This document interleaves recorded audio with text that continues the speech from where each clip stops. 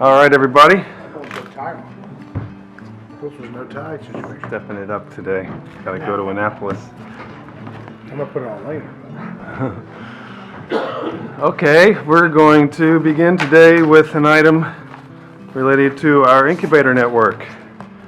And Gene, why don't you tell us what you have for us? Sure, and I'm joined by my colleagues over in finance. Their names are listed at the top. So the Chief Administrative Officer sent over a recommended amendment to Section G. Section G is where we hold our non-competitive contracts each year in the budget resolution. Many of them are the executive and council community grants. But there's also a few in there that are not related to those that have been deemed by the Chief Administrative Officer or the council to be places where we need to have a sole source contract. This would be one of them. We did receive a recommended amendment very near the end of the year by then Chief Administrative Officer Mr. Firestein, but it had some issues with it, and we worked them out with finance, and so this is the updated version. Primarily what's going to happen is finance will enter in a contract with Launch Workplace up to $48,000 to run the Germantown and the Rockville Innovation Centers. Launch Workplace is already under contract at Silver Spring and will begin renovating it shortly. And this particular amendment will not affect the Silver Spring Innovation Center. This will only be for Rockville and Germantown, and will only be for the remainder of fiscal 19, with the one caveat that we're hoping to hear from the executive in terms of his long-term vision for the incubators, so there may be a little bit of spillover in fiscal 20, as noted in the packet, but the intent is for a very short-term gap to fill in the program manager and the portfolio manager for those two incubators. So council staff recommends approval, and if approved, we would go straight to council, and then the council would put it on the consent calendar. Okay, so we for a moment we thought we were going to have the county executive here today to talk about his vision for the incubators, and that was going to be a great discussion. Unfortunately, there's a lot going on, so they asked to reschedule that. I would really appreciate the opportunity to have that dialogue, so if we could try to reschedule that soon. I think we're all sort of eager to see what the executive branch has in mind here. The contract to have the co-working company manage the real estate for us is kind of how I look at it. It's co-working space. Launch is a co-working space company.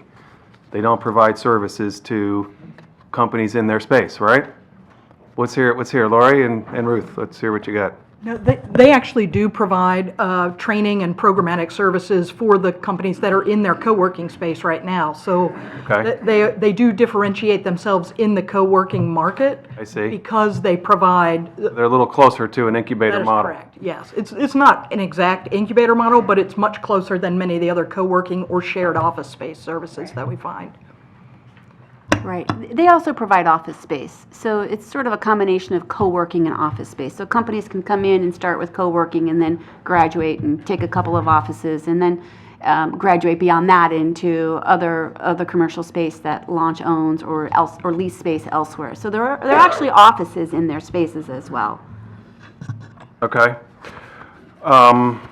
If I can add Rob? that the only reason for this one is to get an extension to get us up to date, and in that time we're going out with an RFP All right. to have a competitive bid for a contract for those services. For the service for the business development services. That is correct. Is that for all of the incubators, or is that That would specifically be for Rick and Gig, Rick and Gick? Is that the really? Rockville and the Germantown incubators. Okay, let's not. Yeah, we don't want to do sick Rick and Gick. That would not be fun. Okay. Okay, so the service contract would be for Rockville and Gaithersburg, but not for Silver Spring? Is that what you said? That is correct, because Silver Spring already has a contract. It already has a supplementary contract that covers providing business development In the Silver Spring incubator, that's correct. in the Silver Spring incubator. And that's separate. And what's the timeline on that? I know there was HOC's in there temporarily. When is that going to? Right, until they leave. I mean, they are working towards, making drawings, and I think pretty soon they're going to be looking for getting permits. But until HOC has vacated the building, because at the moment I think they're almost 100% filled up or 95% occupied. So they cannot do any construction at this time. But they are making preparations, and once HOC leaves, then they can go in with the construction. But is there a date when HOC will leave? I thought it was July. Yeah, the latest that they would be there, I believe, is the end of July, 1st of August. So it's definitely, construction would start the end of summer at the very latest. We're hopeful they may be able to begin some of the construction, some of the renovation while HOC is still there, because some things like in the first floor lobby can be done without moving people in offices around a lot. So our hope is that they'll be able to begin a little bit sooner while HOC is still there, but summer is definitely the target date for the renovation to begin and to happen. Thank you, Laura. I think this might be the first time I've seen you here at the dais. So you've been with finance for how long? You were with the Rockville Women's Business Center for many years, right? Right, so it's been about 8 months or so with finance now, so. Perfect. Glad you're there. It is perfect. Yeah. What's that? I'd also like It is perfect, yes. Yes.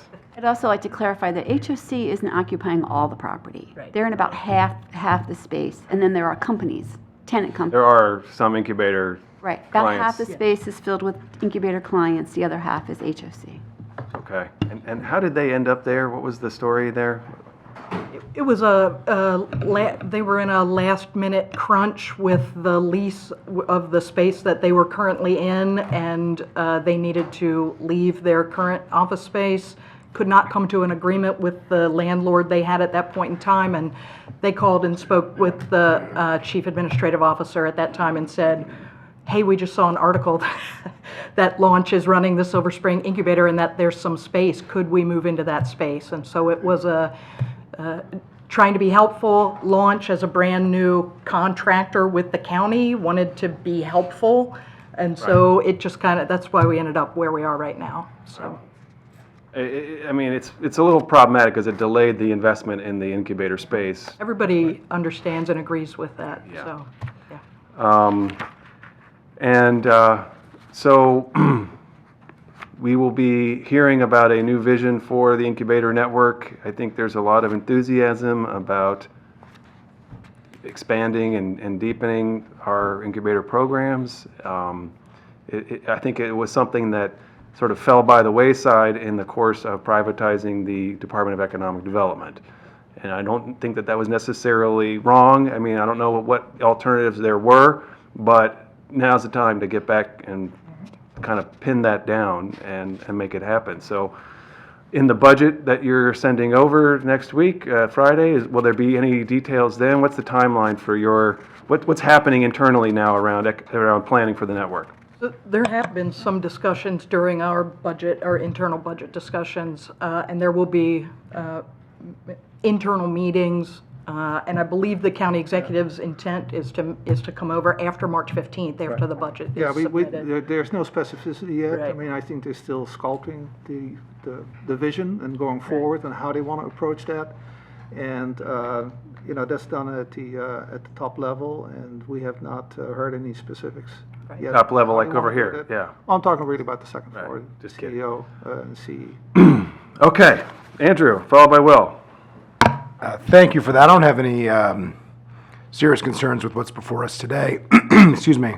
I do have some real concerns about how we got here, and I have some broader concerns about where we go from here. And so I just have a kind of a baseline question. Who's responsible for monitoring, evaluating, assessing these Section G amendments? I mean, in particular here, the economic development non-competitive contracts. Is that a finance function? Is that a budget function? But whose job is that?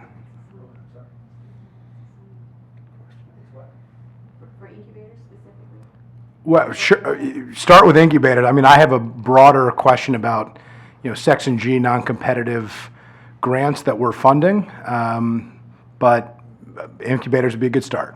Yeah, so those grants once they're approved, they get assigned out to various departments by whoever the coordinator is here at council and over at the county executive's office. So some of them do get assigned to finance. And finance is currently assigned the launch contract. Is that because that would have been like a DED function, and now we don't have DED, so you're kind of the falling, Correct. the landing spot for places that don't have a home, is that? Correct. Okay. And what does that entail? What is evaluating these incubator spaces entail? I mean, obviously I have similar concerns about HOC. I think HOC is terrific, but it seems to be one of the most obvious examples of mission creep when we're providing room in what's supposed to be an incubator for the Housing Opportunities Commission, two important things that we're doing in county government that have limited to do with each other and certainly should not be mixed in terms of their missions and shouldn't be holding one up from achieving the other's desired goals. What does that entail? I mean, obviously, I'm not blaming you. That wasn't your fault. That was a decision that was made above your head across the street from what you just mentioned. But what does that normally entail? Well, I think with respect to the HOC, as was explained before, it was kind of an emergency situation for HOC. And because there was a vacant space, on a very limited time basis, the county offered that room for HOC to be there and to continue their mission.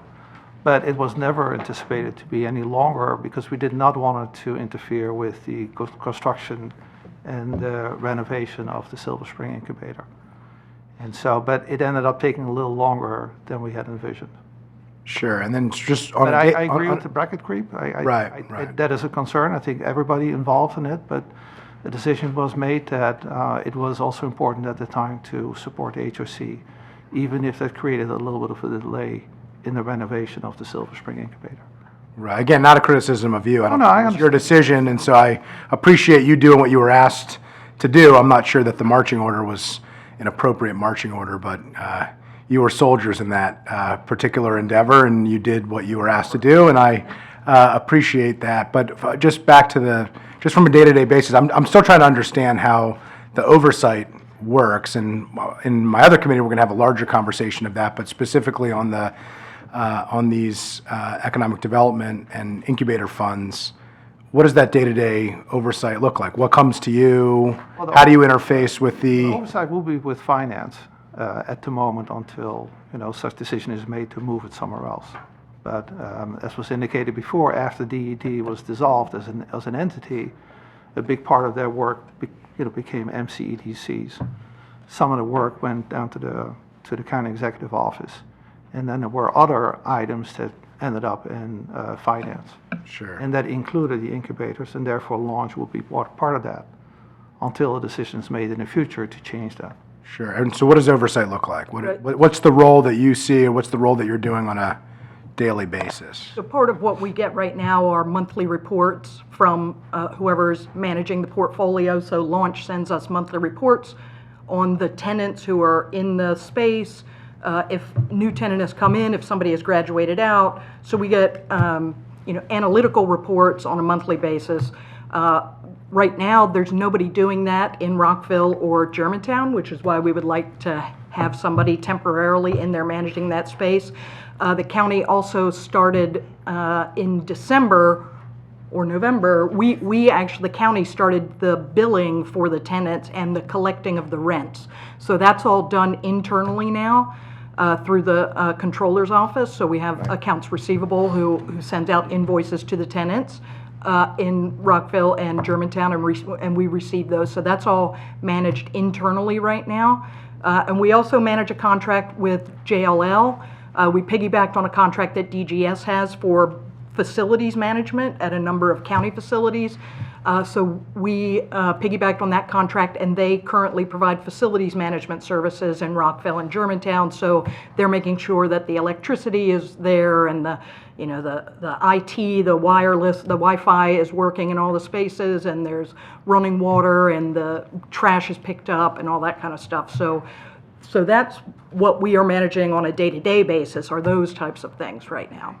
Sure. And are there similar non-competitive grants that are out there that have similar functions that are being done in different agencies, or would finance be handling anything that had to do with those type of functions? Honestly, you can't talk to any other. Yeah, DGS would have similar types of. Right, but so, well, that's kind of my question. So HHS, for instance, if they had a similar non-competitive grant and it was being housed somewhere and had invoices and other things, they would be handling that Themselves, correct. themselves. Yeah. It's a common tool for when you know who really you want to work with, and you're not, right? Is that a fair way to describe it, Gene, or? Correct. I mean, again, a lot of them are the executive and council community grants where the specific non-competitive nature is because we're doing a sole source with them for 1 year under that program or those programs.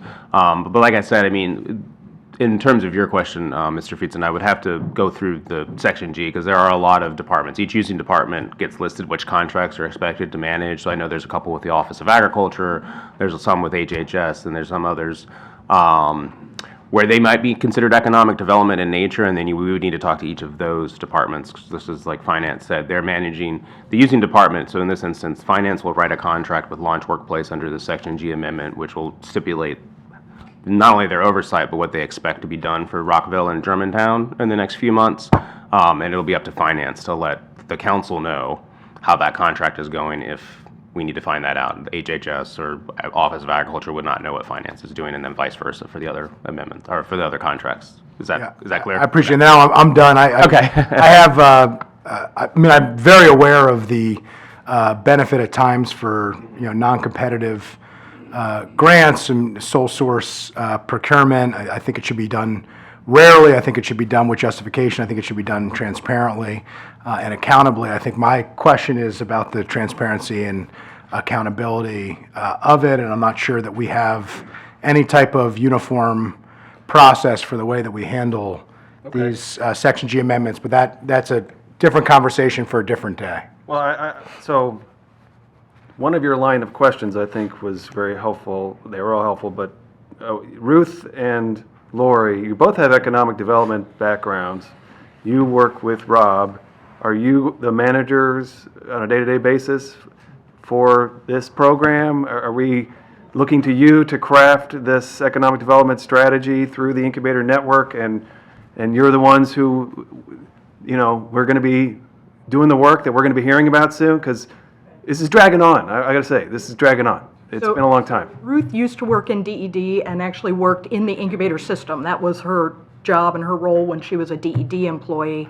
And so by default, when DED was closed, Ruth came over to finance. She has continued to manage the incubator contracts and everything that's happening there because, as you said, that piece of DED kind of fell through the cracks when DED was privatized. So Ruth has been managing that and continues to work with folks on the second floor as we're looking to craft the larger vision for where do we go from here. Okay, so we hope we'll be hearing from you soon. Absolutely. Will. Thank you, Mr. Chairman, and good morning. Good to meet each of you in this context. I just want to echo my colleagues' concern about the overall economic development strategy as it relates to the county. We just had a pretty lively discussion with Worksession Montgomery on Tuesday, where many of us shared some concerns with how that entity is functioning. Obviously, the previous statement was just that this piece of it, the incubator piece, and how do we start up new businesses. Hopefully they get some of that pressure off of them, help them getting going, give them advice, relieve them maybe with some of their early financial obligations, and hopefully they grow from small to medium to even fewer to large, but we grow our own, and we have a lot of small businesses in the county and a lot of entrepreneurs with a lot of great ideas. And so the fact that the pieces of this system are all over the place is not where we need to be right now, right? If we are facing a recession, or hopefully we're not, but regardless of the economic climate, we need to have this tight, and I'm looking forward to, glad you're where you are. I'm looking forward to hearing from the county executive and from you about what that comprehensive and overall strategy is, and that's a discussion we need to have in earnest, so I just wanted to echo that. About the Section G, so this is maybe Gene, I also am concerned about, I would love to see the list cross all executive departments, and it sounds like each specific agency, so finance in this case, manages their own Section G grant. Is that correct? Correct, and following this, I can email out the PDF that is the Section G, which lists all of the non-competitive contracts for fiscal 19. It's adopted when the council adopts the resolution in June. So yeah, and you can do a crosswalk pretty quickly in terms of the entities that are getting a contract, their purpose, the amount in which using department is monitoring those contracts. And Councilmember Friedson started down this path. There is no current standard kind of guidance or oversight other than the very broad, definition of what a Section G contract can be. Is there anything? Is there any guidance? Or there any regulation? Is there anything to accompany? No, there's not. Each using department will set up a contract based on the expectation of what is in Section G, again, for the purpose, the amount, and the entity, and then beyond that, it's up to the using department to ensure that that contract is the oversight and management of that contract is done successfully. Okay, so I think I would agree we need to look at that, and especially in light of recent events here in the county. So I'm glad to see you, and I don't have a problem with the specific proposal, but just wanted to make the point about looking forward to diving into connecting the dots here. So thank you. Could we have you here in about a month with a plan of what you're going to do You mean specifically pertaining on to- incubators? Oh, on incubators in general? Incubators generally. Well, I don't think that's a promise that we can make, but I'll definitely Could you pass. put that in as a request, that we have a Fed session in a month and we're seeing some specific ideas? Gene, isn't there a standard way that council makes a request to the second floor for such I think I just briefing? did it, but I was going to say, I believe it. we'll follow up, yeah. I will note that I did mention this to the second floor and highlighted at least May 1st, because that's the day we're dealing with economic development in the budget, and so there may be opportunity there to have that. That's not within a month, but Yeah. you've made it, we'll make it I known. think it would be good to do, I mean, this is going to be a couple steps in the process, so, just to be iterative here, it would be good if we could come in with a first take, and then we'll continue proceeding through that in the budget context, and we may have work to do, further. I think it's okay to have an iterative approach, and I'm not saying I want your full plan all done in 1 month. I'm just saying I want to hear that there's some work going on, and I want to hear some real concrete sense of a vision. Then we will make that happen. Thank you. All right, so we are approving this supplemental appropriation request. Recommending for approval. Recommending for approval. Thank you. Thank you. Okay, see you soon.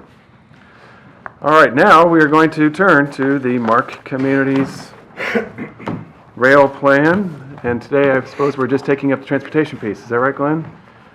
That's correct. Land use will be covered in 2 weeks. Why don't you come up to the table? Please come up to the table if you need to be at the table. Have you seen this? I did see that. It's really good. Yeah, I downloaded that. It's really good. The other day. I haven't read it all.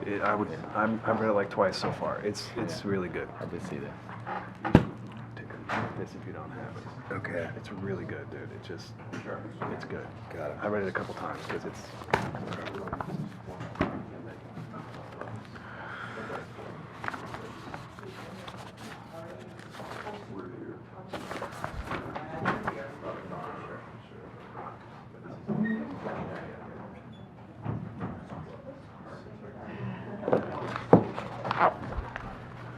Okay, so Racial equity, so let me see real quick. Make sure Liz prints it off.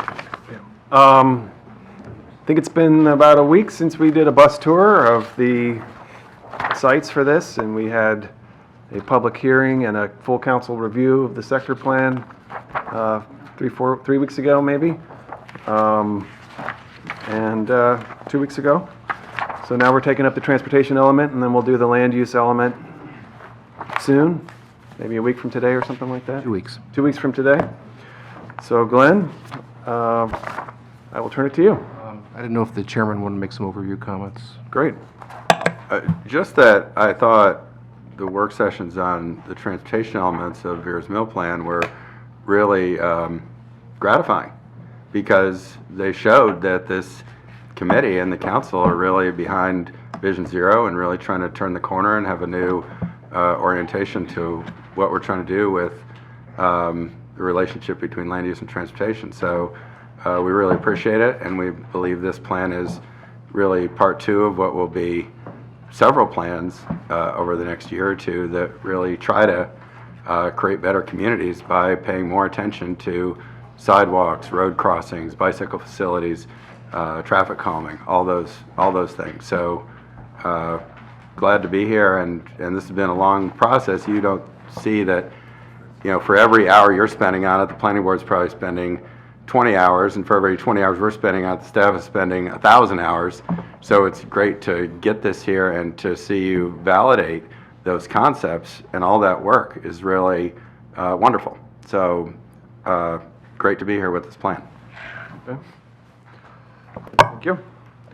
Okay, this also covers the fiscal impact statement, which I'll start with on page 2.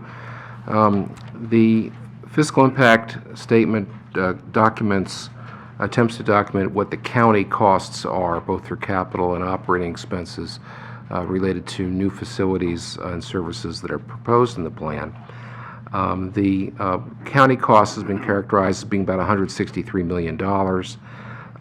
And if you look at the entire capital cost, including what has been assumed to be covered by the state and development, private development, it's about $266 million. I think probably the county's portion of this is going to be closer to that 266 total, because a lot of the items that are assumed as being state costs probably will be county costs. For example, the parking garages in the plan. Typically, parking has been provided by the county, but if we could be optimistic and hope the state will come in and pay for more of that. The $266 million does not include the reconstruction of the third CSX track in this area, nor the relocated Mark Station in Boyd's, which is again a far-term future aspiration. And it doesn't include the gauntlet tracks at the Germantown station. The operating expense is assumed to be $6.5 million. Most of it's assumed to be associated with the additional bus services that are proposed in the plan. And the rest of it, about $700,000, is for the bike share stations. It doesn't include the cost of maintenance of the garages or maintenance of the roads the new roads that are built, but those are relatively minor items anyway. Quick comment on the fiscal impact statement. The revenue from the garages, how do you factor that into your analysis there? Well, there's no assumption that there's going to be charging for parking. Is that right? Is that because the assumption is that you would not charge, or just because you haven't made an assumption? Gary Ehrenridge, DOT. Marked parking right now is free. Just generally? Generally Mark free. Station. So a decision would have to be made, at least in Montgomery County. Is that a state Obviously, decision, or is that a county decision? It's a state decision. So even if it's our paid-for garage on our The question property? would be who would be responsible to build the garage. If we were to build a garage, we would need a revenue source, and would have to address the issue of a payment. Right. So we could build a garage that charged if we wanted to. I believe so. You believe so? But I mean, but we need we need the funding source from the daily use, daily parking fee. go ahead. Well, You're not on. We would need permission from the state to do that, right? I mean, because it's a state function, we would be taking it over, because if the state was unwilling to do it, and then we'd have to get state State's permission. function is to operate the service, the rail service. They contract with CSX to provide that MARC service. Typically, the parking is the county, and the station improvements are the county. That's what it's been historically. Now, that doesn't mean that can't change. If a new administration came in and changed the policy that we've always had, perhaps it can be different. That's, I think, what this FIS, fiscal impact statement. I mean, it's probably not a major point. Like, if we felt like there was a really strong case that people would pay for parking, I doubt the state would stand in the way of that, right? So, Well, that's right. I mean, there is paid parking and on the Penn line, and a couple locations, obviously. Silver Spring is all paid. Carrollton, yeah. where there's a garage right there that relates to that. But generally speaking, the other facilities have not been paid. So that would be a policy that we would want to address. And look at the impact, what that would have on the parking demand. Okay, well, it does have a big impact on the fiscal statement if we were to feel that there was Well, sufficient. I think it's an interesting issue, and it's been raised before, as to whether or not there should be paid parking all along the line, not just here. Sure, wherever, But the question, because just like WMATA Metro parking, which of course isn't free, you have to worry about if you charge too much at one station, will people go to another station and overload that? Will people be parking in places you don't want them to park? It's a complicated issue, like. I'm really just highlighting, because I think we could do a lot more with Mark, if we were to get some of these track improvements and things like that. We should be working towards a commuter rail vision, but a commuter rail vision is expensive, and to the extent that there's revenue that could be raised to build some of this infrastructure, it obviously is going to make it much more feasible. So that was really my comment, is, I wanted to understand whether that was an option, and it sounds like it is, but it would need to be worked on. Thank you. Okay, the next item is the transportation adequacy build-out, something we always look at, and again, just like in Veers Mill, we look at the plan and all others. We look to see whether or not the planned land use and planned transportation is in balance, and the way we measure balance is whether or not, in the long term, whether or not the subdivision staging policy intersection standards are met. Unlike in Veers Mill, in this case, it is met, even with the road diets that are proposed, because there is surplus capacity on the roads where a road diet is being recommended. So for example, the standards that currently exist, the Germantown West policy area is a 51 seconds per vehicle on average standard. Germantown Town Center has a 63 seconds per vehicle standard. And on Circle 11, you'll see a table which shows for 9 intersections in this area what the SSP standard is in the 3rd column, and then the 5th column, or 4th and 5th column, sorry. You'll see the level of service in 2040 at build out, and you see the letter level of service, but you also see the seconds of delay average per vehicle, and in all cases, the seconds of delay per vehicle is better than, a little bit less than the standard. Although I'll point out that the Middlebrook Road 118 intersection is extremely close. Just makes it under the wire in the evening peak. It's forecast at 62.8 versus a standard of 63. So that'll bear watching over the years, but they all do fit. In Boyd's, they only recently is a signalized intersection. Just I guess went in late last year. There have been reports of pretty large backups in the area of Barnesville Road and Clarksburg Road in the peak periods. So we'll just have to see how that works out over time. Certainly 15 minutes is way, way longer than what the standard would be for that area. But really, this is a standard that only applies to signalized intersections, so we really don't have any data on this. As long as there's no major developments going in the Boyd's area, and I don't know of any, it's not really an issue, because the standard is really mostly implemented when a development comes in, and they have to do a traffic study to see whether or not it meets the adequate public facility standard. So for now, at least, it's probably okay. As I mentioned, the plan does have a couple of road diets. This is, again, reducing the capacity of the road to allow for more space for pedestrians and bicycles, and also for landscaping as well. The main one is on Middlebrook Road between Route 118, Germantown Road, and Great Seneca Highway. There's currently 6 lanes on that road, 3 in each direction, and this would reduce it down to 4 lanes. And the approach lanes through the intersections in that section would also be reduced by a lane in each direction. The plan also recommends downclassifying that section of Brook Road from major highway to an arterial. And as I said, there is surplus capacity. The analysis we just mentioned that the planning staff did shows that the intersections will work even with 4 lanes and fewer lanes going through the intersection than what there is now. Let's pause. I want to talk about Middlebrook Road a little bit. Let's just focus on this, pull it out, take a look. So where should we go in the full plan to understand what the planning department has recommended here? Well, the typical cross-section compared to the existing cross-sections on page 58 of the plan. 58. So you see in Figure 31 at the top of page 58, it's currently 3 lanes in each direction, 2 through lanes, or 3 through lanes in each direction, with a sidewalk on one side and a side path, which is like a hiker-biker trail on the other side. That's the existing Middlebrook Road. That's the existing cross-section. And what's proposed in the long term is 4 lanes with a two-way separated bike lane, cycle track, if you will, on one side, and a sidewalk beyond that. And on the other side, a two-way separated bike, same thing, cycle track on the other side with a sidewalk and with landscape strips between.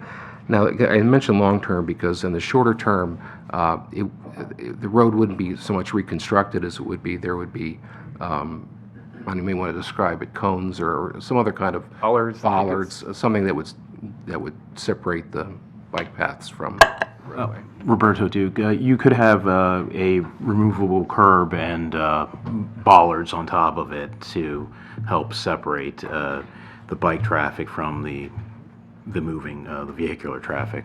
But keep your light on, please. So what is a short-term, one of the things I want to drive towards here is I'd love to see in the CIP, as soon as possible, maybe we can add it later by amendment, I don't know, a road diet item for this stretch of Middlebrook Road.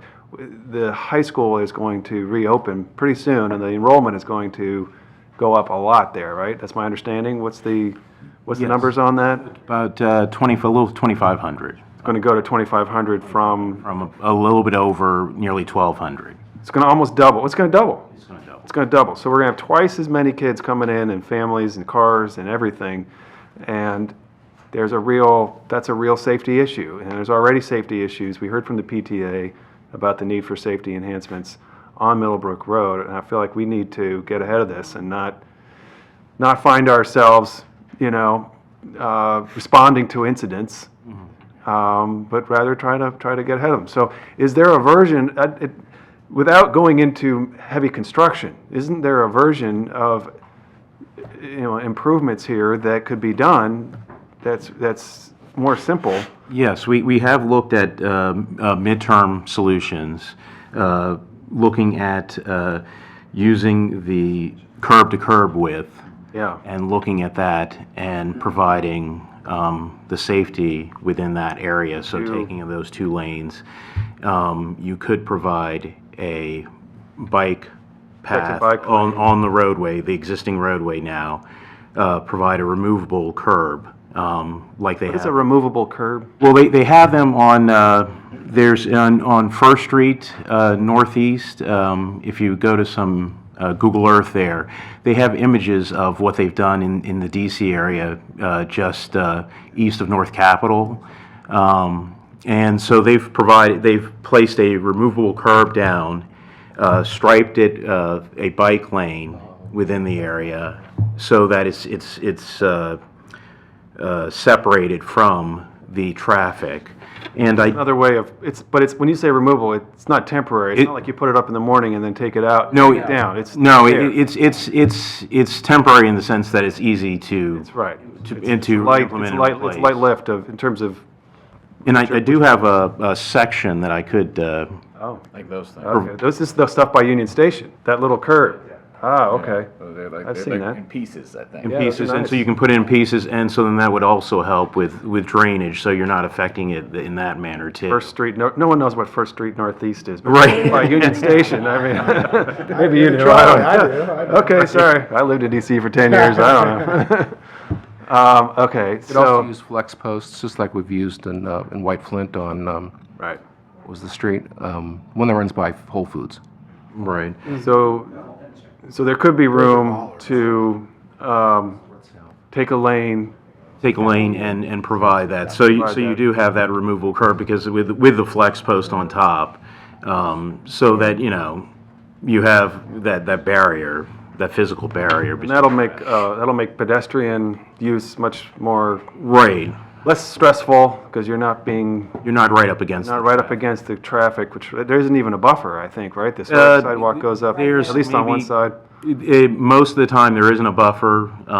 There might be a little bit 2-foot grass strip at most in some cases, but in most cases, you're contiguous to the traffic. Any comments on this from DOT, this possibility of something here for Middlebrook. Andrew Bossi, Montgomery County DOT. I think our really big concern is just making sure the analysis finds that it can work. I know an individual intersection basis, it does pass. A recurring comment we've had on a number of plans has been looking at a corridor analysis, which includes then queuing and making sure storage lengths work out, then the intersections work together as a system. Speaking a comment with Veers Mill, I foresee it'll be a comment with Georgia Ave and Montgomery Hills, is trying to look at it more of a travel time and making sure the full length of it works together instead of individual pieces. I would say I want this to work. I think it's a great idea, but we're just trying to make sure that it does work, and if it doesn't, what else might we need to go along with it? And do you need is there anything that you need in order to be able to do that analysis? It's analysis that we prefer to have done as part of the master plan. I know it's an additional layer on top of what's been typically done. It's, as I said, a recurring question we've had with a number of master plans right now, trying to get that additional analysis. And it's just having it done sooner rather than later can help get more doing it the master plan than if we do it later on and find that we need something else that's a better fit for a master plan, it's harder to get the project through. If you want to do something like the short-term improvement that Roberta was talking about, whether it's flex posts or removable curb, typically that would be an operating budget item anyway. Right. You're not talking about reconstructing the road. You're not talking about Yeah. changing the drainage. It's really Exactly. pretty minor. I think we really got to get into the mode of doing these kind of lighter touches, you know? I think we get hung up on such substantial investments. But if there is the ability to do something that's makes a real change and an improvement, even if it's not what we want there to be for the long haul, but if we could get started. Dave? Matthew? I'll add, it's one of the high incidence areas, and we're looking at that also as part of the Vision Zero analysis. So there is work that's happening out there today as well. So perhaps during the operating budget conversation, we could come back to a short-term, we could just make it an item on well, I guess that would be a T&E item at that point, but we could ask DOT to come back and talk about a road diet. I want to just call it a pedestrian and bike priority implementation for Germantown Road. I mean, I don't know if it's appropriate as a BIPA or what, but On Middlebrook. on Middlebrook. But can you talk to me about the traffic impact? So does the lane change result in significant, or what's the traffic impact on the lane change? Well, as I said, the close, it goes close to fail in the long term. Is that Middlebrook Road and as a 118. result of the lane change, or Yes. is that As a result of the lane change. so Because what you does it take go away from what capacity to from the what? intersection, but in most cases, in fact, in all cases, you can take away the lanes, and you still get an understanding. I'm just pointing out that at that particular intersection, Right. it just barely makes. That was page circle 11, I think you had. It's going from what to what? I think it'd be nice to just be clear on like what we're talking about here.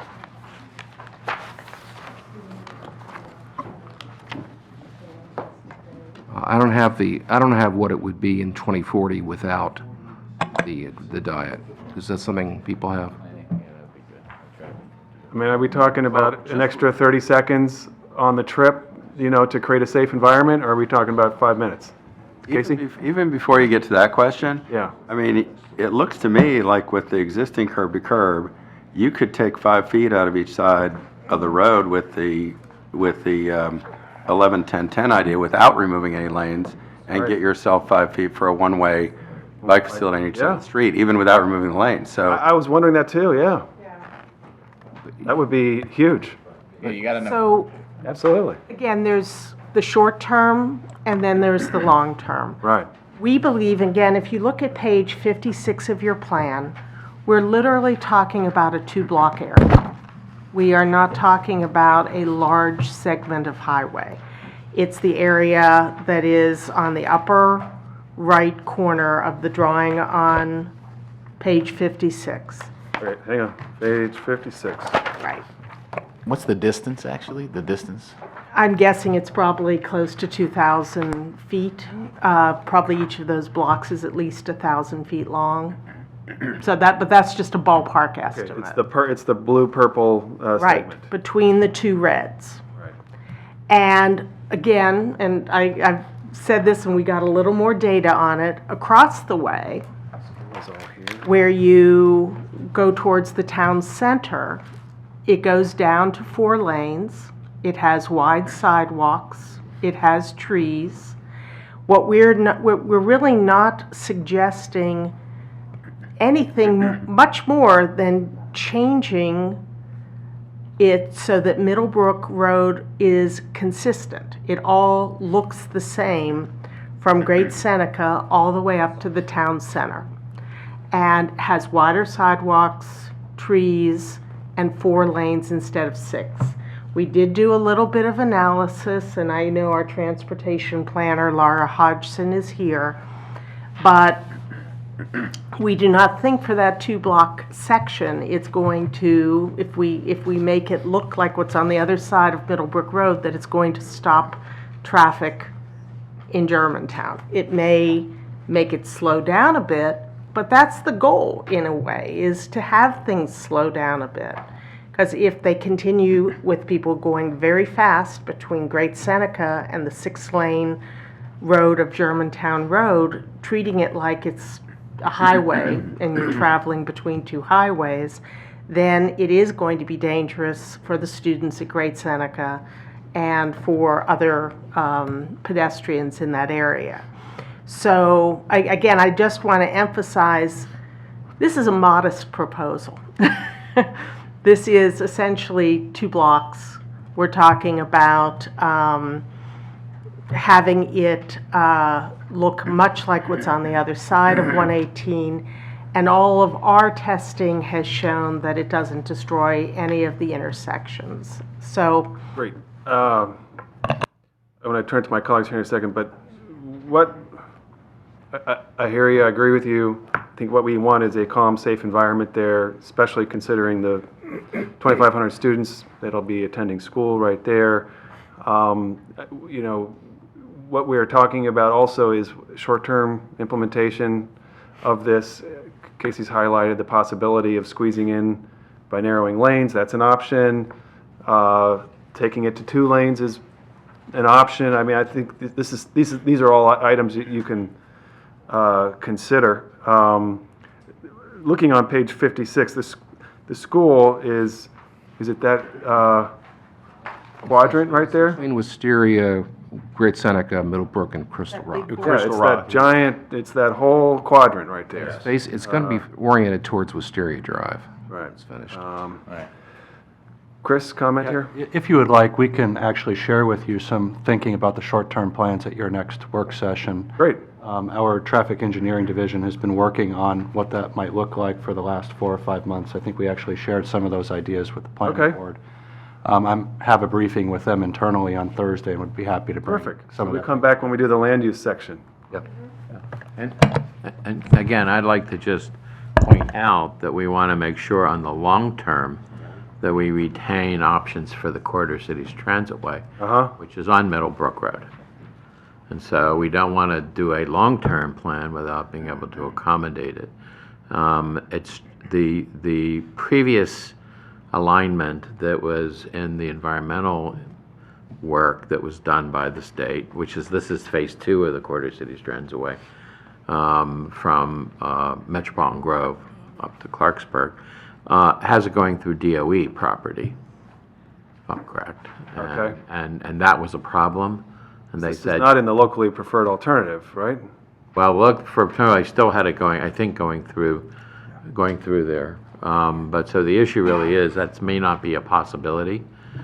And now we're talking, let's say, BRT as the option. So the question is, what does Middlebrook Road look like when you have Quarter Cities Transitway? So the longer-term strategy needs to be kind of looked at as that possibility. And which, again, is another good point for this quick fix, short-term strategy, because we may be some years before we're rebuilding that road and so on. right, and I do want to emphasize, we're not suggesting giving up any right-of-way with the road diet. We're talking about repurposing some of the right-of-way. So if there is a option for the Corridor City Transitway, which I know we have to have a lot of additional discussion about, that needs right-of-way, that right-of-way would still be there. We are not giving up any right-of-way. All right, go to my colleagues. Will, followed by Andrew. Thank you, Mr. Chairman. Just on, so the 57 of the plan has the separated bike lane delineated, right? What we're talking about, the two-way on that bit of 2 blocks of Middlebrook Road. On Great Seneca, Gwen, you talked about the need to just have the look and feel and be more aligned on Middlebrook when you make that turn, correct? And so, but there are no bike paths on Great Seneca. There People are is using a the sidewalk or, side path, so there would be, again, I guess we call them side paths now, I guess they used to be called hiker-biker trails. sure, okay. So there is something along Great Seneca, there's also something along Germantown Road. They are not the separated, sort of really high-safety bike path. But to your point, that's nice because you have a nice connection along Great Seneca, Right. and then you could come in on that protected bike lane and head into the school or into the town. Yeah, you could come in. And that, yeah, that's kind of where I was getting. And I do think the other question I had was on the timing. So on Middlebrook, PM peak 62.8, which is just 0.2 below the, as Dr. Orland pointed out, the standard. What is it currently? We were just checking. We said we were trying to track that down. I don't, even while doing my files in the office, I am having trouble finding it, but we can get back to you with that. Okay, so just for the people watching, the answer was we can get back to you. Yeah, we will get back to you. And again, what I want to emphasize is, again, the numbers on Circle 11 are 2040 numbers. Got it. And we actually, again, just a little point of interest, we did a project called Master Plan Reality Check about 6-8 months ago. And we looked at 3 old master plans, including the Germantown plan. And we looked at what was projected 30 years ago as being the traffic in each of these master plans and what the traffic actually is. And actually what we found in almost all the plans, but in Germantown in particular, that the actual numbers were lower than what was projected to be 30 years earlier. Partly that's because we haven't had as much office development in Germantown as we, I think, expected to have 30 years ago, and that's Probably would want. unfortunate. You know, I think that... Less EMC generally. Yeah, there's less vehicle miles traveled generally. And at some point, we could, again, share that whole master plan reality check with you all. I think what we're trying to say is all of these numbers, including what we project for 2040, is our best estimate at this time based on our models. Sure. But the models from 30 years ago, when we did Germantown, actually were sort of overly cautious, Sure. let's say. And I think it's appropriate to be conservative in saying that what the worst case scenario could be. I think we want to do that. And the 2020 we also don't know, right? Or we're not sure on what the 2020 projections would be. I'd love to know those. And just to Chairman Anderson's point about there's enough room to have a similar, maybe even a better protected one-way bike path and still give one of those, a little bit of that area back. I wonder if we could consider that just in light of that we're hugging up on the numbers here and just, you know, I would love your opinion. Well, I certainly think we should study it, and I believe that it will work because all the numbers on the intersection analysis show that they'll work, but obviously DOT needs to look at the whole corridor as they've explained. But I guess my point is there should be no reason at all not to go out there tomorrow and put up some bollards because there's no question you could. You got room there. You have room. Yeah, we should try to go further, but let's not be paralyzed. You know, the whole paralysis by analysis thing, right? And we did get the numbers for you, so we don't have to get back to you. All right, look at that. At Middlebrook and 118, the existing AM is 41.6 seconds, and PM is 47.2 seconds. So it goes from 47.2 to 62.8. Correct. So it's a 12-second delay, additional change in order to create an environment that is safe and encouraging of It probably is a higher set of numbers in 2040 without the road diet, so it's probably not not even that much of a Yeah. difference. 41.6 and 47.2, because there is some more land use being proposed in the Right. area, so it's. That was today. So not the entire difference is because of the road diet, some of it's because of the So additional. even with 2 lanes, Yeah. it's only a difference of, it's a very, very minor difference. 15 seconds or whatever. That's pretty major, but the point is that because remember, this is an average change in delay, that's a lot. But there is certainly enough surplus capacity that this can be done. I think the average, well, I think the point is that when you talk to an average person, we say to them, oh, well, don't worry, we ran the numbers, this all works. That's not enough. That doesn't really explain, it's not persuasive. But you say, well, we looked at it and there is an impact. It might take an extra, on average, 15 seconds, at this intersection, but in exchange for that, on average, you're getting all of this. Then I think people can weigh the pros and cons, and they're not being just asked to, Yeah. trust us, it works. People don't see around them the evidence of, it's working as well as that they might expect that it should, but. And I just have one other question. So thank you for that real-time analysis. Where are people coming from? How do you get to that 2-block radius on a bike and navigate? Where are you initiating from? And is it safe to initiate travel to get to that point? Do we have any information on that? I'm all for it. I think it's good to add the schools there and all that. I'm just saying, expanding the picture outside of our map here. Like, how are people getting there? I guess there's 2 answers to that question, which we come at from different directions. One is we have a heat map that was produced as part of the bicycle plan that attempts to show what is the latent demand for bicycling all over the county. And that was based on a model that assumed that if you have a lot of stuff that generates trips, like housing, you have a lot of stuff that attracts trips, like office space or retail or schools and things like that. Where are the places that are close enough together that you'd expect a lot of people to find that a bicycle is a practical way to get from, that short distance. And this is the big map.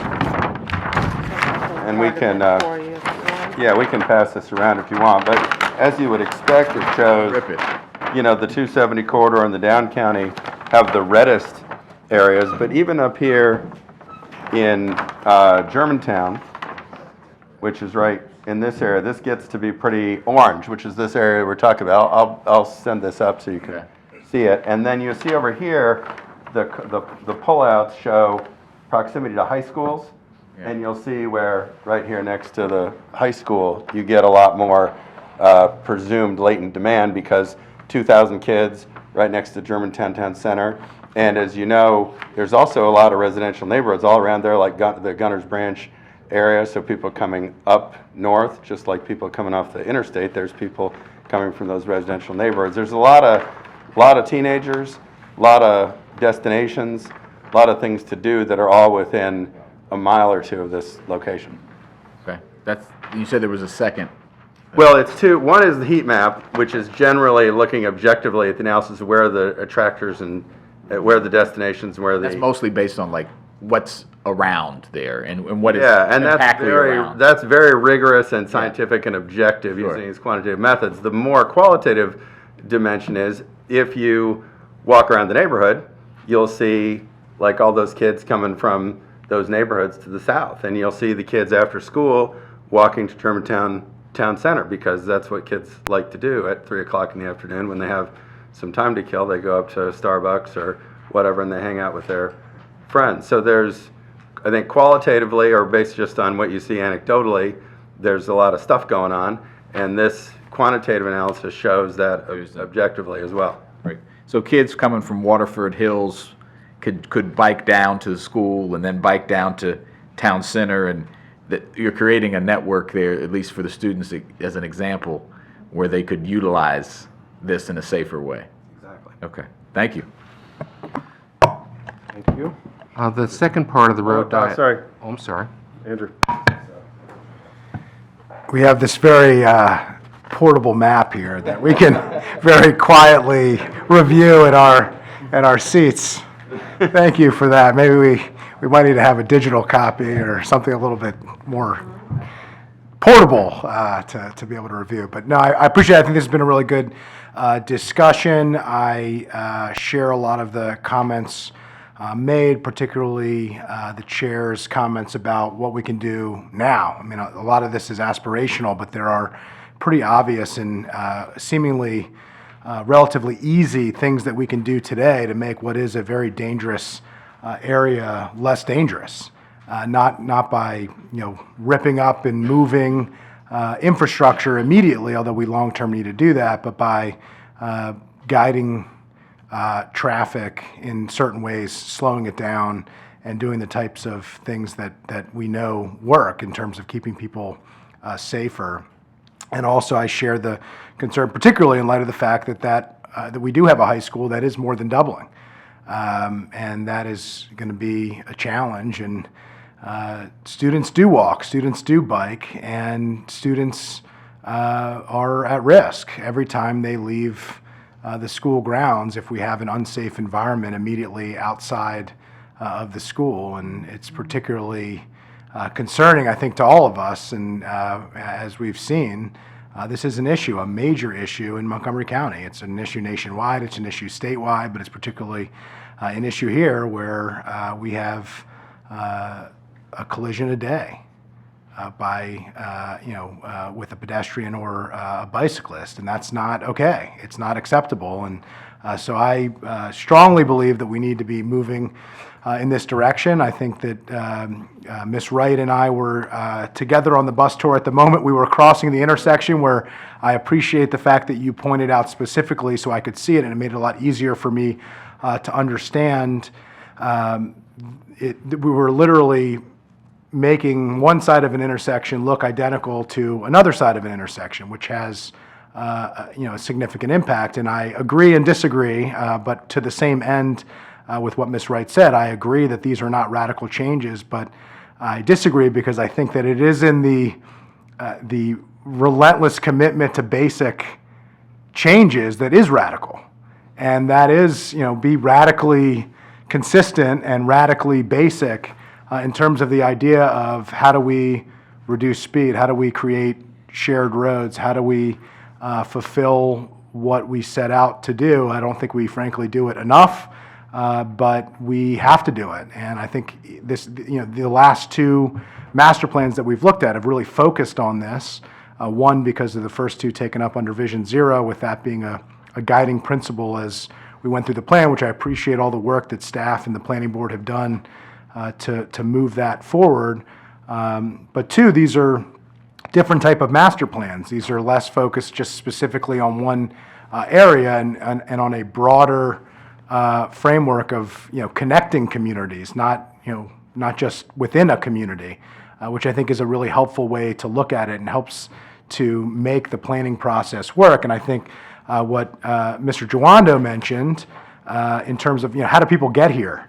It's great if we make, the bike lane. I mean, we talk about it all the time in Bethesda during the master plan process. It's, if you're a bicycle user or a bike advocate, you love the fact that the Bethesda plan really focused on biking as a core part of that plan. Unfortunately, if you live anywhere outside of the plan area, it doesn't help you, and that's why the bicycle master plan is important, and how it connects. And I think the more we can do that, the better.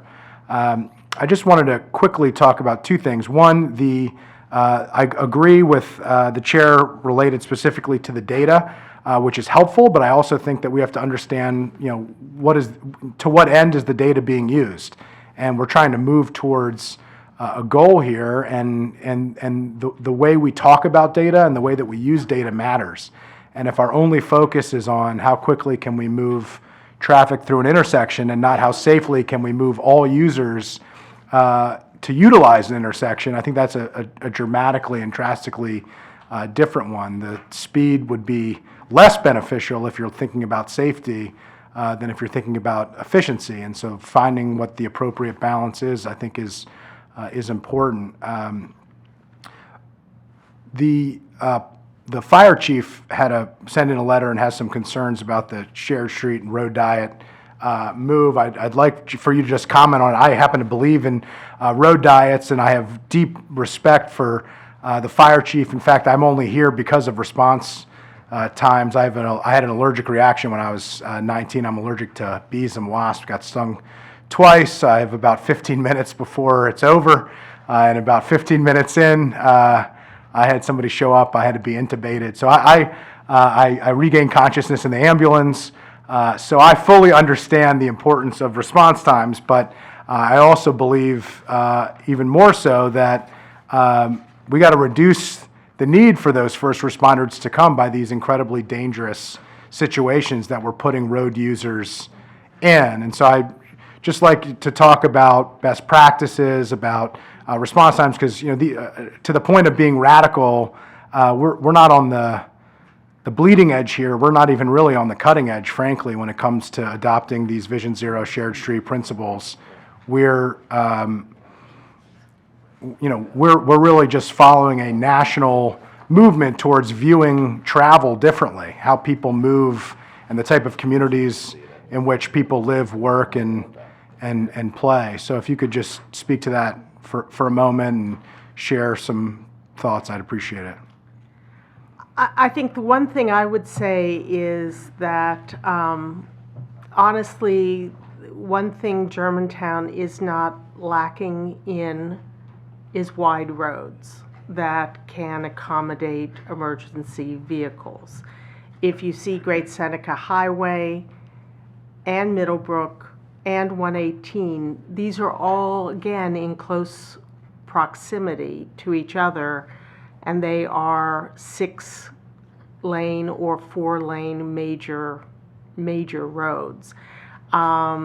We, again, based on our analysis, don't think that doing a road diet on this 2-block segment is going to create an unsafe situation. We do not think it's going to impede emergency vehicles. I think it may slow normal traffic down a bit, but again, if an emergency vehicle is coming through that normal traffic, it's supposed to be pulling over to the side in any case to allow the emergency vehicles through. And I think what's good on each of these blocks is that there are many choices. If they feel the traffic's too heavy on Middlebrook, you also have Great Seneca. You also have Wisteria. There's a network of streets so that you don't have just one cul-de-sac, one choice of a way to get to a particular block. There are, and in fact, one of the goals of this plan is to increase that grid system so that you have many options of ways to get to those blocks. And if one is more crowded, then you pick the less crowded. So, I mean, we feel pretty confident that changing Middlebrook from 6 to 4 lanes is not going to create a gridlock kind of situation that would impede an emergency vehicle. Well, I appreciate that, and I tend to share that view. And as I said before, I think the long-term benefit here, and hopefully as near-term as possible, is we hopefully are going to reduce some of these road-based needs for emergency responders. And so that is, I think, one of our primary commitments. It's something that the previous council took into serious consideration when adopting Vision Zero. It's something that I feel very strongly about. And we get too many emails, too many notifications, too many alerts about the next collision that has taken place on one of our roadways. And so anything that we can do to mitigate that is important and something that we should move towards. I think when we talked before about the data, I hope that we, twofold. One, I think that we need to go apples to apples. And so if we're looking at the delta, we make sure that we're looking at 2040 doing nothing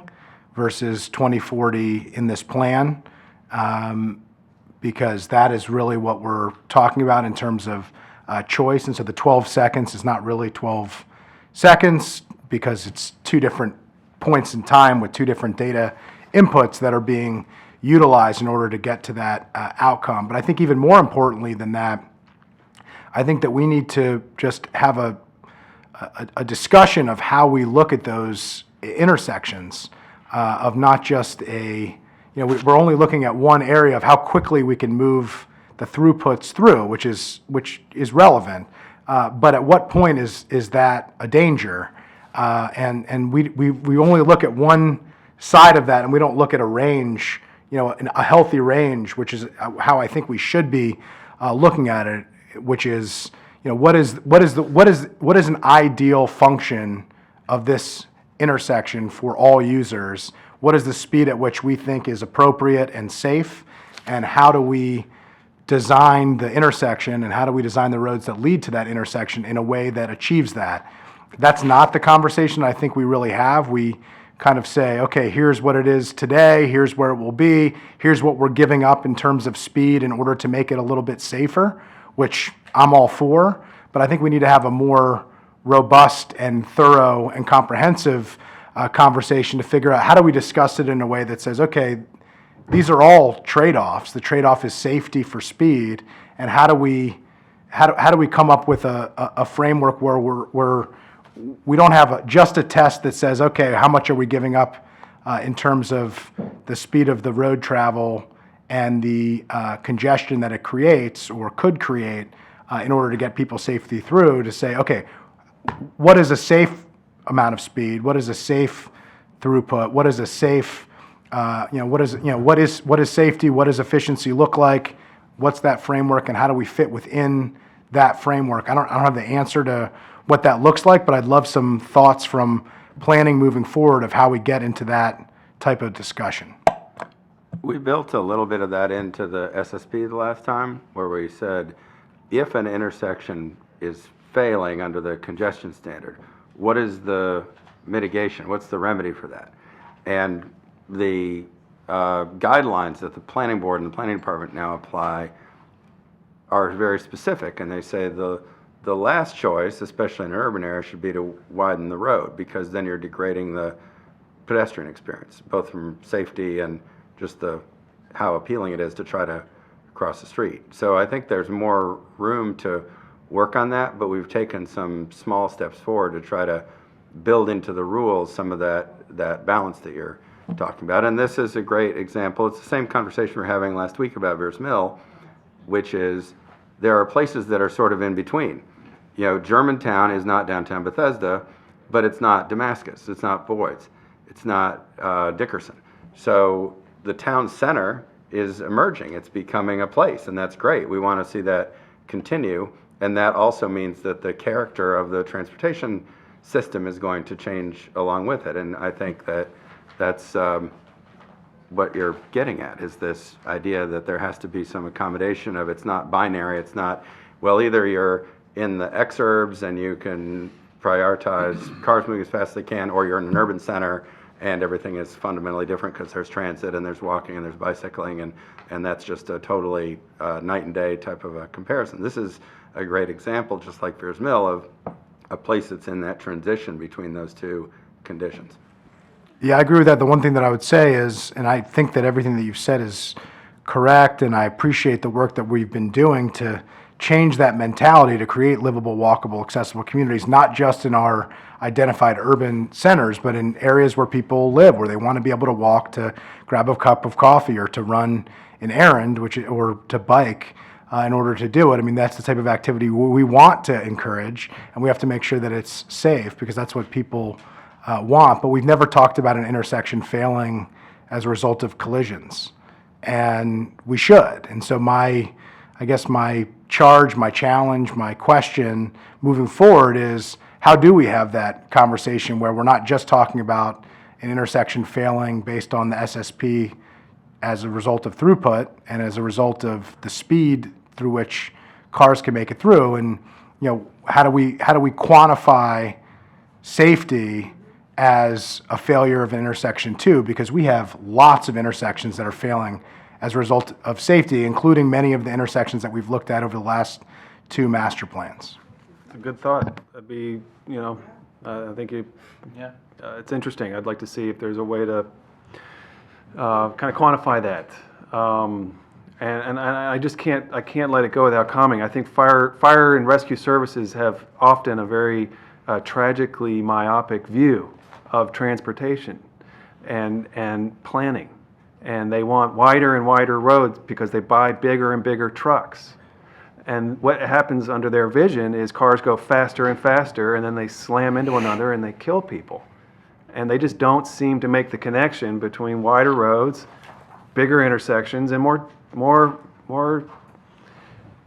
accidents. And what we really should be doing is working towards smaller vehicles, smaller fire and rescue vehicles, more nimble response, narrower streets, slower vehicle speeds, and less collisions. All right, so I think we've talked this one through. Well, just the first bullet. Yep, the first bullet. That's okay. This is good to have this discussion. The second bullet there, in terms of the road diet, is not actually reducing what's out there, but just not adding to what's there. Great Seneca Highway is master planned to be a 6-lane divided highway. It's 4 lanes now, and the road diet here would be just not to widen it to 6 lanes. Leave it as 4 lanes and leaving room for other pedestrian bicycle infrastructure. There is a minor point I want to recommend a change to, which is Germantown Road, Route 118. There's language which says confirm restrictions on the widening of Germantown Road north of the tracks unless needed for pedestrian safety and improve bus and bicycle access. The plan recommends that Bowman Mill Drive, and for the next bits of discussion, maybe we can turn to page 56. That's a good map to work off of. On page 56, you'll see Bowman Mill Road where it crosses Route 118. That's the main access out to the west or to the northwest from not only the MARC station but all the communities in that area in the longer term. For that intersection not to fail, the plan is recommending adding 2 turn lanes, a left turn lane and a right turn lane, as well as the existing 1 lane that's going out now, which would be a through lane. And so if this language is left as it is, it would suggest that is not going to be allowed. And that's certainly, the plan doesn't say that. So I'm just recommending changing the language to say, confirm restrictions on the widening of the intersection approaches on Germantown Road north of the tracks unless needed for pedestrian safety or improved bicycle and access, bus and bicycle access. To avoid the inconsistency. Sounds good. Planning concurs, we concur. Okay, the next item is Bowman Mill Road Extended. Look at the same map, page 56. You'll see Bowman Mill Road exists now to Walter Johnson Drive, and then there's a dashed line that goes to the southeast over to Great Seneca Highway, Route 119. DOT points out that if that route is followed as shown, it would come across a couple of different stormwater management ponds, go through several buildings in the development there. The idea here is, though, really is that there be a connection, a way of a public road connection that connects existing Bowman Road and the MARC station to the point where it can traffic can come out onto Route 119 there at the southeast end. And in fact, the plan says the entry for Bowman Road Extended notes that the alignment of the new roads will be determined through the development review process. What I'm suggesting is that revise the second bullet on page 62. This goes to the top of page 4 of my packet.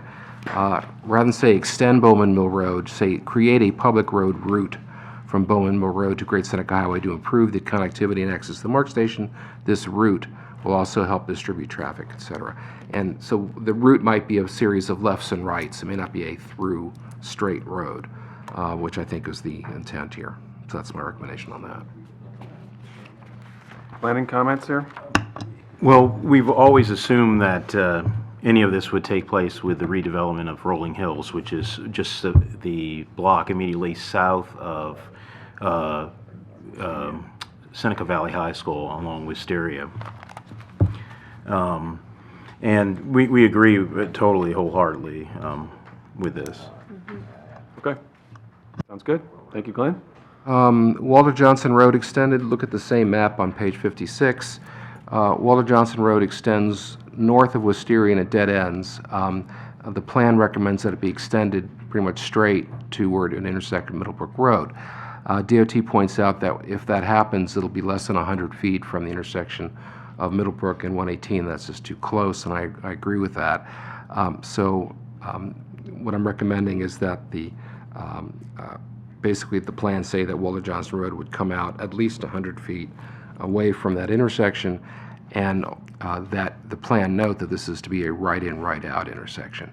Even at more than 100 feet, it's too close to have left turns in and out of Walter Johnson Road. I think the intent of the plan was that it would be right in, right out, but this would make it exclusive. And we agree it should be further away from the intersection. We talked about this. Yes, this is consistent with our intent. That sounds fine. Is this where his farm was, or is it just named? This is where his farm was. Yeah. I believe it was further, I think it was south of Wisteria Drive, actually. That's where the farm was. Thanks. The marked parking garages, there are 700 public parking spaces now near the MARC station. The plan identifies 2 sites for garages, both northeast of the tracks. One is next to Bowman Mill Road, and the other is actually a little further north between Bowman Mill Road and Walter Johnson Road, between Bowman Mill Road and Wisteria Drive, between Walter Johnson Road and Route 118. The Germantown Historical Society opposes multi-story garages in the historic district, which is south of the tracks. There are 2 other sites that are identified as a possible place for garages, but the plan itself really recommends that it be these 2 be on the north side. In fact, the second one I mentioned would be built only if needed, if the first one wasn't sufficient. Now, these would be multi-story garages, be 4 to 5 stories, even perhaps more, but they would be outside the historic district. I'm only raising this because the Historical Society made their point in their public hearing. Yeah, I just want to make a quick comment here. I've been working a lot on this issue lately of having MARC trains running through to Northern Virginia. And it's very exciting, and if we were to make that happen, obviously that's a big initiative, it's a state initiative. But if you could make it happen, suddenly a 1-seat ride from this part of Germantown all the way to Crystal City transforms the area. And so, generally speaking, I don't know that this master plan contemplated that kind of use of MARC, really. Did you plan with a commuter? Yeah. You did? What's the ridership that you kind of were? Well, we asked MTA to come and brief us because there was such strong interest from the board and the staff in trying to maximize the use of MARC, and what we found was that there are some serious limits, which I'm sure you're aware of, without a third track, about clearing, with CSX, and it's very, very difficult. But we wanted to try to maximize the opportunity for parking as the first step, because if there's no usage, you can't justify a higher level of service, so you have a chicken egg kind of a problem. So parking is really, I think, the first step to building the case for more investment in MARC service at this part of the MARC line in general. Obviously, taking it all the way through to Virginia would even bolster the case even more for why MARC is really critically important. But we think that at a minimum, you should get as much parking as possible at these stations, especially in Germantown, since they're already way oversubscribed, and just as it's screaming out for more capacity that people want to use it. And the land use recommendations, which I know we'll get to in 2 weeks, also focus on how can you not only provide parking, but provide housing near the MARC station. So there may be people who don't need to drive to this MARC station, but can live near this MARC station. Right. And use it. Well, I mean, if you had a 1-seat ride to Crystal City, then at that point, suddenly this is transit-oriented development area. This is a place where you want to live nearby, you're close to Germantown Town Center, also you're close to a lot of things, but it would be a very convenient place to live directly, so. Even without that, it's still, it's directed line 1-seat ride to downtown District of Columbia. And it already is, to Germantown. Already is, I mean, to Union people Station. ride it. Right. Particularly Union Station area. So I'd like to point out that the Transportation Planning Board at the Council of Governments has just started their solicitation for consultants to study the through traffic between MARC and VRE. And Okay. so we should know Good. shortly. And then there was some state legislation as well. I don't know where that is in terms. Solomon bill. I went to Annapolis and testified on that last Friday. I think Kumar Barve may benefit from some MCDOT explanation and maybe explain a little bit about what COG is doing. He just had a lot of questions, which, were fairly substantial. So I'll follow up with you on that. Okay, Andrew?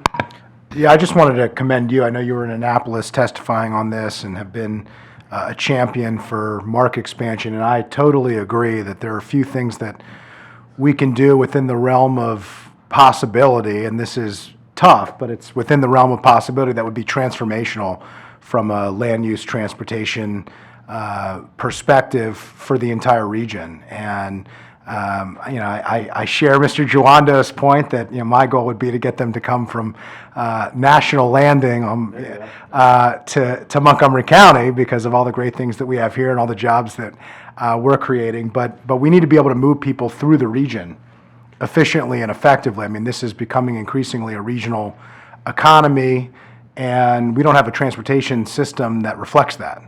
And so there's a lot of lip service and a lot of discussion about our regional economy, and unless you have a transportation network that reflects a regional economy that actually functions and connects it as a regional economy, then it really isn't what we would want it to be. It's a region of economies that work closely together and are closely aligned, and so we need to create that skeleton that brings everybody together, and it's really the realistic way that we capitalize on Amazon coming to the region. And there's a lot of discussion about how do we capitalize on that, and I think that it starts with the talent pipeline, and we had that discussion here under your leadership, and I appreciate that, but it only works if we're not only spending the money to educate our young people and shipping them across the river to work in these great jobs. It only works if they can stay where they currently are and take efficient transportation and transit rides across that river to take some of those jobs and to have some of the businesses that are connected as well. I mean, it's not just about creating transportation so that we have bedroom communities to ship people from here to tech jobs in Virginia or jobs in DC. It's about making it attractive for related businesses to be willing and to be able to thrive here in parts of Montgomery County and have their employees be able to hop on a one-seat trip during the workday and to be able to take a meeting and then hop back on that one-seat train and come back. Unless we are serious about doing that in the long term, unless we make strides in doing that, then we aren't going to create the type of modern regional economy that we've all talked about and that has become words. We have to turn the rhetoric into reality, and I think some of the things that you've been working on have really helped that, and I just wanted to point that out. And I think that making sure that this is ready for that, we talked about the CCT and making sure that long-term we're ready for the CCT. I think we should view this similarly, that we should be prepared for market expansion, because that should be, and I hope will continue to be, a priority for us in Montgomery County of advocating at the state level to make sure that we get the market expansion that we need to allow us to reach our economic potential and to resolve some of the transportation challenges that we face. And I hope that that is also part of the conversation of let's make sure that we're allowing for these long-term transportation improvements that we all know we need and may not be in the plans today in a specific way, but are in our sights and are within our advocacy that we continue to work towards. And so we should make sure that we're planning for what we want, not just what we have. Absolutely. All right, let's continue. Actually, if I could interrupt before we move on to Boyd's, I just want to make a comment about Great Seneca. As you mentioned, it would be remaining at 4 lanes. There's still a substantial cost associated with that of reconstructing the cross-section. And we want to work with Park and Planning. I think there's another means we could work with them to find a way of achieving the same goals and objectives at a lower cost, trying to keep the same similar cross-sections while trying to work in other interests. So I think there's room to bring that cost down substantially. Okay, that's good news. Okay, the next issue is is Boyd's in terms of transportation. Currently, as you know, Clarksburg Road, coming out from Clarksburg, intersects with Barnesville Road, and maybe the best place to look at this, although unfortunately the Xerox didn't turn out very well, is on Circle 13 of the packet. You'll see Clarksburg Road coming down from the north. It comes to Barnesville Road, and then it continues underneath the railroad tracks to the point where it meets White Ground Road, Clopper Road, really. And then Clopper Road goes east towards Germantown and west through the main part of Boyd's. The underpass there is only 12.5 feet high. It's way too low for any large vehicle, particularly fire apparatus, but any other large vehicle. It's also very narrow. It's only wide enough for just 2 lanes. There's no room for sidewalks or bikeways through there. So the plan calls for a grade separation, allowing basically traffic from Clopper Road coming to and from Germantown to go underneath the railroad tracks on a new underpass, and then coming out to the intersection of Barnesville Road, as shown on Circle 13. The cost estimate was done by the engineers that was hired by Park and Planning. It cost that out at $7.5 million. However, it misses a very, very, very large cost, which is the cost of essentially maintaining traffic for the rails, for the CSX. Essentially, this really can't be done unless there's a third track that's built, at least through this area, to be able to allow freight traffic to be running, continuing, and commuter traffic too. But remember, CSX is really in the freight business, to have that running while this bridge is being underpass is being constructed. The alternative is on Circle 14, which is an overpass, which would go again from Germantown over the tracks and connecting with Barnesville Road directly across from where it exists today. This has cost $10 million. However, the maintenance of traffic issues with CSX are in this case very small. I mean, in fact, you could build this bridge without having to interrupt service on Mark at all, hardly, because the bridge itself would span not just the 2 tracks that exist, but also the potential third track. And so DOT is pointing out they believe that both options should remain in the plan for further study. Frankly, this isn't going to happen for many, many, many, many He years. said both options should remain, but neither option is likely to be. This is a long-term plan. Yeah. And so the idea is, put in what we'd like to see happen in both the short and the long term. I believe this is going to be a long term. And basically, when we get to the point, hopefully, of being able to do something here, look at these 2 options more critically and see what's the best option. The downside, one of the downsides of the bridge is that, at least the option that's shown, you cannot have a connection anymore from Clopper Road, the relocated Clopper Road, to the existing Clopper Road. And so traffic that is going from Germantown to the old part of Boyd's would have to then still go underneath that existing narrow underpass, and very max headroom kind of underpass. And so what I'm pointing out is that if that happens, I mean, if there's a grade separation that's ever built, that's a big if, and then if it's a bridge, there needs to be a way of getting fire apparatus from the Germantown Fire Station to Boyd's, because they won't be able to go underneath that underpass, again, unless, as Mr. Reamer says, they go somehow with smaller equipment. But all I'm saying is that when the MARC station is being designed, which I'm talking about the existing MARC station, that be space left, not a road, but space left for a way for fire apparatus to get from Barnesville Road across the tracks to White Ground Road, so it can serve those houses. Across the tracks. Across the tracks, at grade. And whether this is done with gates, which would only open once every 5 years or something if there's some incident there, or maybe less than that. That fire station is much closer to Boyd's than either of the other 2 fire stations in the general vicinity. The other ones are like 15 minutes away. The one in Germantown is like 6 minutes away. So it makes a huge difference. And we've checked with the engineers who were designing the new MARC station, and they do believe it's physically feasible to have an at-grade crossing there. All right. As an emergency crossing, if all those ifs happen. go with the leaving them both in option. Andrew? Yeah, I was just going to ask, leaving them both in, does that preclude us from being able to plan for the need for the fire rescue? Oh, no. I mean, again, I do want to emphasize, both options are in the appendix of this document.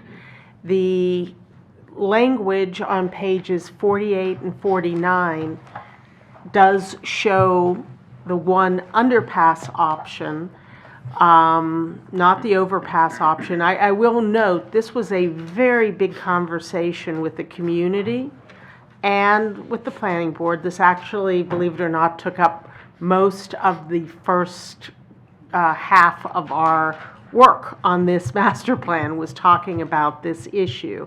And the community did look at it. They did vote as a community to support the underpass rather than the overpass. But the reality is that I think the decision on underpass versus overpass is long in the future, and it's something that will have to take a lot of issues into account, including the idea that Glenn Orland brought up about creating an alternative way for fire and rescue to get to Boyd's. I think what we envisioned in this was that the Pause for a sec. It's really important because ambulances don't have a problem. It's the trucks. Correct. And the trucks are going to larger structure fires. Correct. So, there's a distinction there. And we always had envisioned that the old historic underpass would probably remain. And trucks are getting through there now. I mean, it may be a little tight for them, but they are getting through there now. We would hope they could still get through there.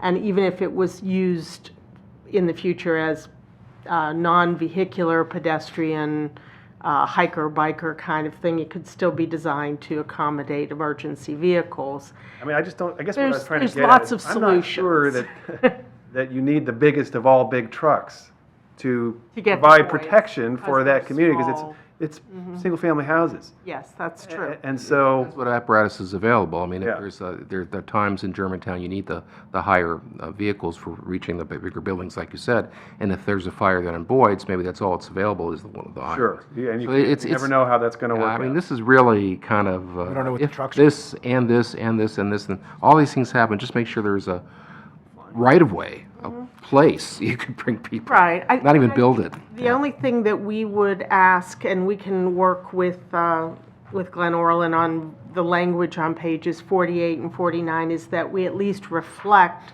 that there was community support for the underpass. Yeah, and I don't think we should seem to imply here that we don't really agree with the community by keeping both options in. I guess, to me, this whole conversation would have to happen all over again whenever such a time is that we'd actually be coming to the table to figure out what to do. So there's not a point in belaboring it now.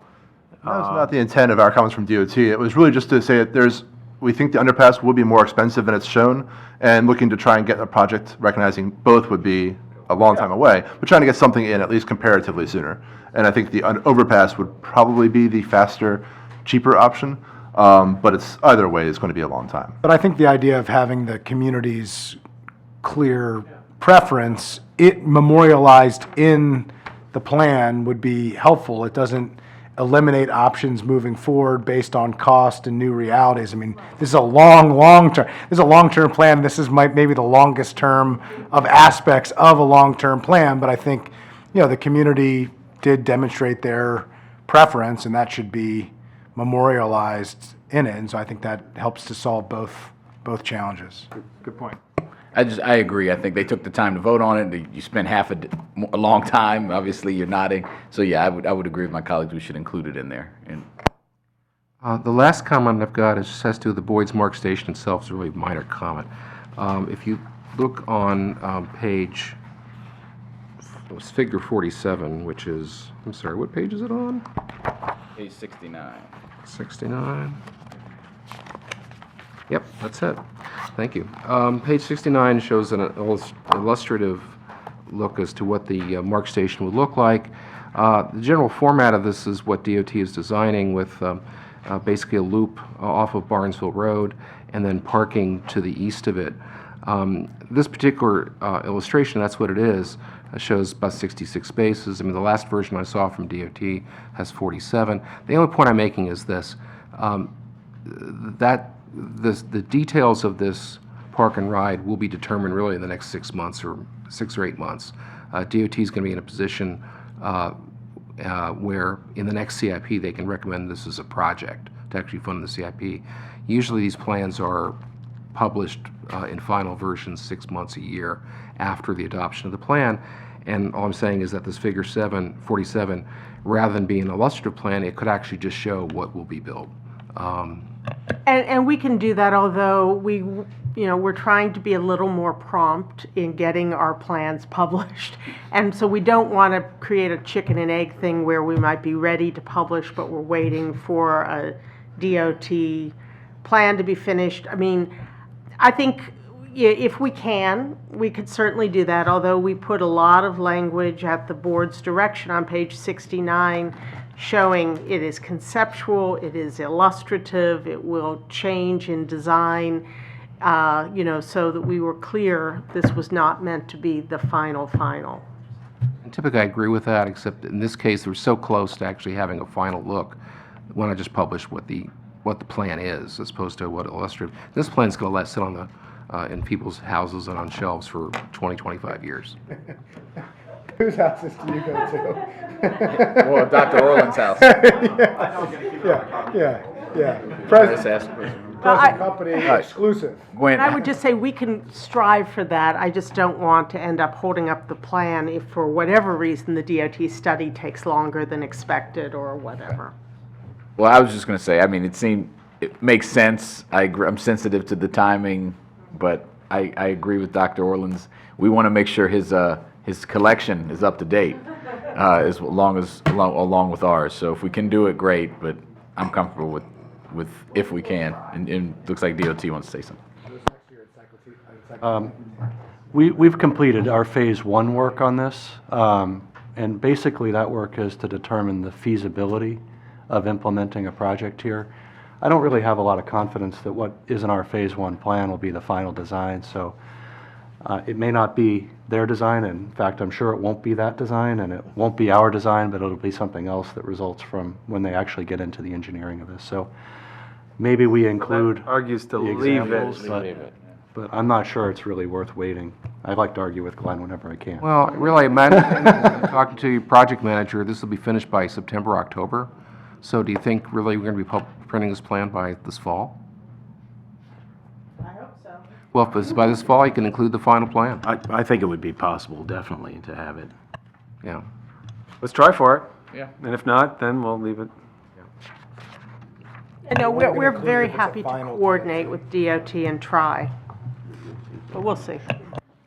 So what's the recommendation then, Glenn? It's, Just to basically when the plan, well, this is fine the way it is, but when the plan is finally approved, just to reflect. when it comes back to us from the planning board, as the approved plan? When you approve a project, or even if you review the project, probably what would happen is, in fact, T&E usually reviews these projects once it's gone through some kind of facility planning, which will be this fall, that you publish that version of it, that's all. Yeah, you're going to be doing a resolution approving this plan. If you want to put some language in that resolution that says page 69 should have the most up-to-date possible illustration, we can absolutely do that. And if it works out that we have up-to-date information, we'll update it. And if we don't, Okay, that's good. it's fine. Thank you. And if there's a snail darter or something, you have to start from scratch, then great. Then Ms. Wright's correct, so that sounds good. That's all I got. Thank you, Glenn. Appreciate your work. Thank you to the planning team and DOT for being here and everybody for participating. See you soon.